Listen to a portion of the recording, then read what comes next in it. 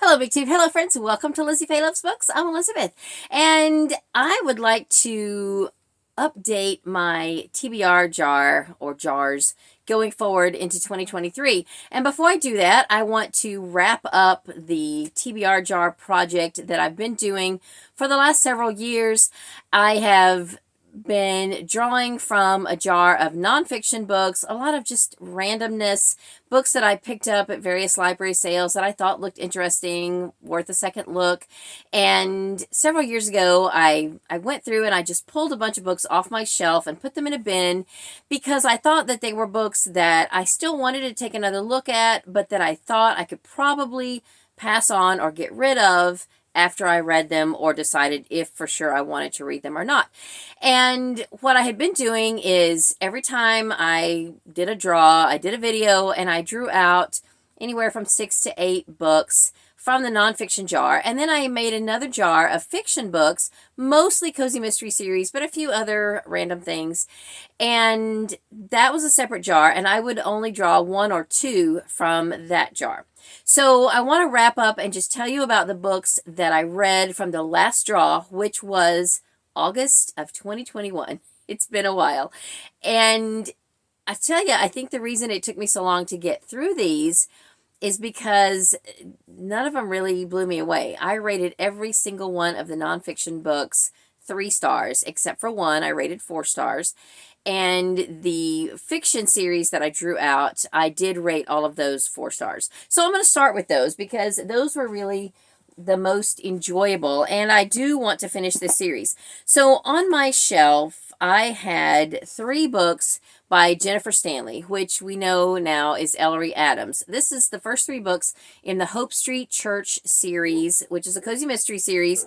And since these editions with the name Jennifer Stanley have been published, now they are being published under new titles with the name Ellery Adams, and those are on audio. So I listened to the newer updated versions on audio, and I have decided I'm going to hang on to these for now because I really did enjoy the audiobook, but from what I read, the audio versions are the newer versions, which have been updated some and changed. And I'm just kind of curious as to how much was changed, what was different.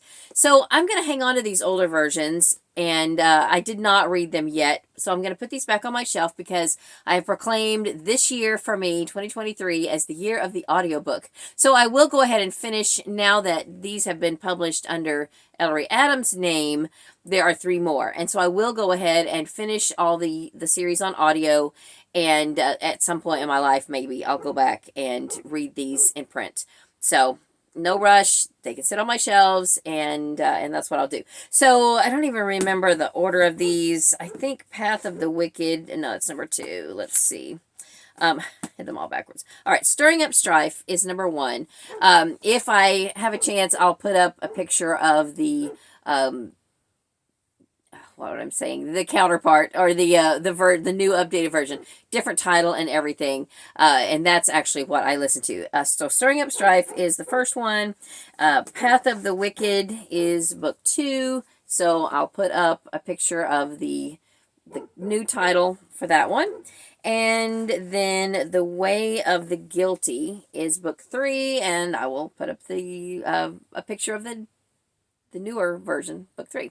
So I thought these were fun. It's about a woman who has, now let me just say, these are not what I would classify as Christian books. They are just in a church setting, but they are, they're clean as far as that goes. They're just not evangelical Christian books, and I would not consider them Christian fiction. But I enjoyed them very much. And it's about a woman who grew up in church, but she's kind of gotten away from church. But she meets a lady, I can't remember now even the situation, but this other lady invites her to church. And she'd kind of been thinking about going back to church, but she didn't really want to go to the church where her parents went. And she kind of feels like her family just goes to church to keep up appearances, and she wants it to be, you know, a different experience. She wants it to be more meaningful and go because she wants to and not because she's trying to, you know, show off or whatever. And so she gets to church, and she kind of gets lost, ends up in a small group Bible study, and gets to know the people, meets them, and while she's there, they get word that the woman who invited her has been killed. So she sort of gets involved in the mystery and all of that. And I just thought it was very intriguing, very good. So I would like to go back, even though I've listened to all three of these. I want to go ahead and finish the series, and then I'll go back and read these at some point. All right, so the only book I rated 4 stars of the other 7 books, and here are the 7 nonfiction books, is one that's actually written for parents and children. It is from a Christian perspective, and it's part of a series. I ran across it somewhere at a library sale. At the time, it was when my kids were younger, and I was kind of worried about this conversation, and it's called How You Are Changing. This particular one is learning about sex. It is for discussion or individual use for parents for ages 8 to 11 and parents. It's by Jane Graver, and I thought it was very well done. I did enjoy it. Of course, by the time I read it, that conversation has already passed with my own kids, but still, I wanted to kind of just see if I thought it would be something that I would recommend, and I did. I may put this in my eBay store, or I may pass it on to someone in my life who I think might find it useful. I don't know. At the time I read it, it's been so long now, there was a family with a young girl who I thought might enjoy it, but they are not. They're not in my circle of people anymore. Someone I used to go to church with, and they've either moved or something. I don't know. So I don't know. I will probably just go ahead and list most of these in my inventory. Although one book I promised to a friend, and I was already supposed to have given it to him by now, but we just keep getting our signals crossed, and I kind of forgot about it. So I'm glad that I still have it in my possession so that I can show it to you. But I've read this a couple of times now, Muppet Sherlock Holmes. I still only rated it 3 stars, even though I love the Muppets, because I haven't really read enough Sherlock Holmes to really appreciate the parallels. I mean, I think this is really a Muppet retelling of Sherlock Holmes, and I just don't know enough about Sherlock Holmes to really appreciate it. Now, you would think that might be true of Enola Holmes, but I love that whole series. In fact, I finished up the only graphic novels that are available at my library in December, and I'll be sharing with you those in my December wrap-up. But I have loved and enjoyed everything I can get my hands on about Enola Holmes, and you don't have to really know much about Sherlock Holmes to enjoy those. But this one is really just a retelling, and it just didn't blow me away. So then here are the others. Like I said, all these except one that I did not read, I rated 3 stars. So this is the most recent one, When You Lie About Your Age, The Terrorists Win, by Carol Leifer. Now this title just jumped out at me. I am just very easily taken in by good titles. So this caught my eye, and I thought, oh, well, it seems like something I would enjoy. But while there were a few chapters about aging and women and things like that, there just wasn't a lot here that I could relate to. Carol Leifer was a writer for Seinfeld, but there are so many other things about her life that I don't identify with. Then I also read Dare to Discipline by Dr. James Dobson. This doesn't have a dust jacket, so that's all there is to see with this book. This is I think a 1970s version. It has been updated since then, and this is just the version that I had, so this is what I read. This was very dry. I agree with most of his concepts and philosophies and theology, but this was really more of a clinical psychology report than anything else, and for that reason, I didn't really enjoy it. This one, I enjoy reading marriage and relationship books, but this one read more like a Cosmopolitan magazine article, really, and it's been a long time since I've even read any of those. But anyway, definitely not from a Christian perspective, and I would prefer to have my marriage and relationship advice come from a Christian perspective. I did finish the book, and I was able to glean a couple things from it, but still not anything that I would highly recommend or anything like that. This is Marriage Secrets by Roseanne Rosen, How to Have a Lifetime Love Affair. And then the last one that I read all the way through is The Maker's Diet by Jordan S. Rubin. This is a diet that would be extremely hard to follow. It requires something that he calls cleansology. He did a lot of scientific research, and I don't even know how you get this product. I think you have to buy it from him, and it just would not be an easy diet to follow. I prefer to just stay all natural with, things that you can easily find in nature. And so this is really not something that I would do or follow. But I do enjoy reading dietary books and things like that. I feel like I am able to glean something and learn something every time I read a book like that. But this was not anything that I planned to follow. And then I had one more that I did not read at all. I looked at it, I kind of read the flaps, and I read the introduction, and I decided that this is not something that I want to read. It's called Mind, Fantasy, and Healing by Alice Hopper Epstein. One Woman's Journey from Conflict and Illness to Wholeness and Health. Now, on the surface, that sounds fine, but as a Christian, I did not feel like this was a book that I wanted to read, because as I was reading the flaps and the introduction, she talked about how she was looking to spiritual sources, not only God, but other types of religions and things like that.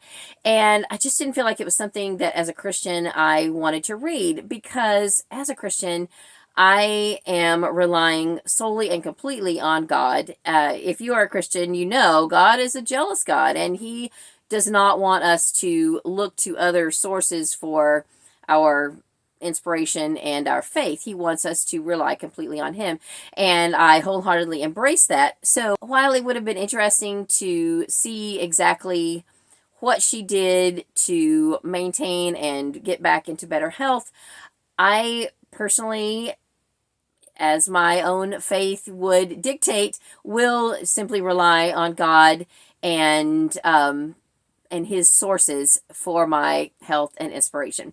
Now, those of you out there watching, you may completely disagree with that, and we can agree to disagree. I'm just letting you know that's why I chose not to read it, because my faith is going to stay completely on God and Jesus Christ, my Savior.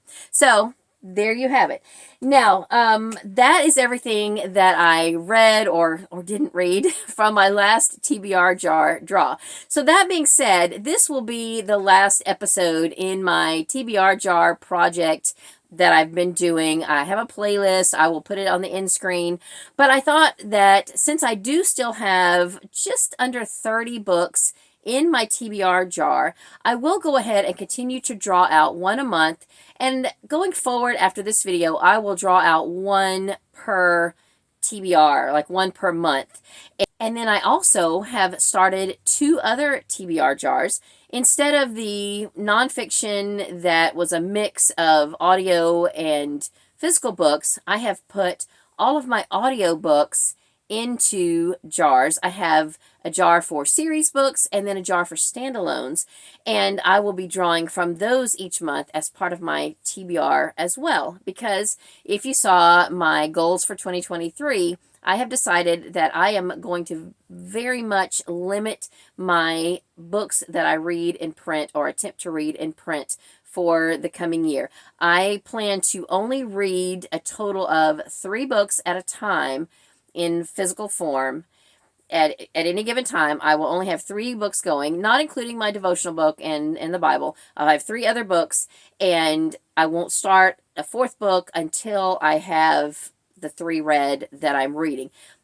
I will allow myself occasional exceptions if something comes up that I just have to get read, for whatever reason, but that's my plan. So I'm taking out the physical books from my TBR jar and only putting in audiobooks. So let me just show you. I've made a box of standalones, and I have 2 or 3 boxes of Cozy Mysteries. So let me pause this, and I will pick up the boxes, and I'll show you what I have to look forward to, and then I will draw a book from my old original jar that's nonfiction, and we'll wrap up this video. So give me 1 second. All right, I'm not going to go through these one at a time. I just thought I would give you a quick peek at the books. This is not all of them. This is just one box, and there are a couple of series books in here, but for the most part, these are standalones, and I'm going to draw out at least one, probably one a month, maybe two. Depends on how long it is, how many hours of audio it is, and also it will depend on what I draw out for series, because if I draw out a series book that only has 2 or 3 books, then I could either draw an extra one of these or another series. I don't know. Anyway, I'm going to pause again and pick up another box. All right, this is one of my mystery boxes. Most are cozy mysteries. I also have a group of Joanne Fluke thrillers. These are not a series, but when I draw that out, when I draw out Joanne Fluke's name, I will go ahead and listen to all of those books on audio. So I don't know if you can see everything. This is just one box, so let me show you the other. All right, here's box 2. I don't know if I have this going the right way or not. I don't. Anyway, there are more books than what I'm showing you, but I don't necessarily own every book in the series that I drew out. These are just the ones that I own. And they are all books that I can get on audio, either through my library resources or through Scribd, or on CD even. I think a couple of them are even books that I can get at the library on CD. So I showed you those because I'm not going to draw for any of those categories or those jars in this video. I'm going to do that in my January TBR video. I'm not sure at this point if I will get that done before January 1st or after, but that will be coming. But what I am going to go ahead and draw is from my nonfiction jar, which is actually a vase, but we're going to draw one out of that. And if it does turn out to be something super short, I might go ahead and draw 2. Because like I said, I counted the books in there and I have 29 left. So I'm thinking if I can at least average one a month and occasionally pick up an extra, then I can finish that in 2 years. All right. Mom's Ultimate Guide to the Tween Girl. Well, I don't have any tween girls left, but again, since I have it, I might take a look at it and see if it's something worth passing on to someone, or I might just list it in my eBay store. But let me go get it and see how long it is, and then we'll see if I'm going to draw again. Okay, so I went and found the book. I think I got this on Book Outlet several years ago. It looks like a nice book. Mom's Ultimate Guide to the Tween Girl World by Nancy Rue. It's kind of thick, so I probably won't draw out a second book. But this is probably a book I would list on my eBay store since it's new. And I'll just be really careful as I look through it and decide if I'm going to read it or not. I don't really have any reason to read it other than just to review it. So I don't know. We'll see. Anyway, I had not been in that bin for a while. I have added a lot of books to it since I made this TBR jar. There's like 40 books in there now. So I don't know if I'm going to add those titles into this jar or just go ahead and try to finish up these older ones and then make a new jar. I don't know. We'll see. That remains to be seen. Anyway, so this will be added to my January TBR, and I will come back soon with another video where I share with you everything that I plan to read or listen to, and I will be drawing from my new jars for the next video. So that's all for this video. Thank you so much for watching. I hope you're having a great day. Read a good book, and God bless you.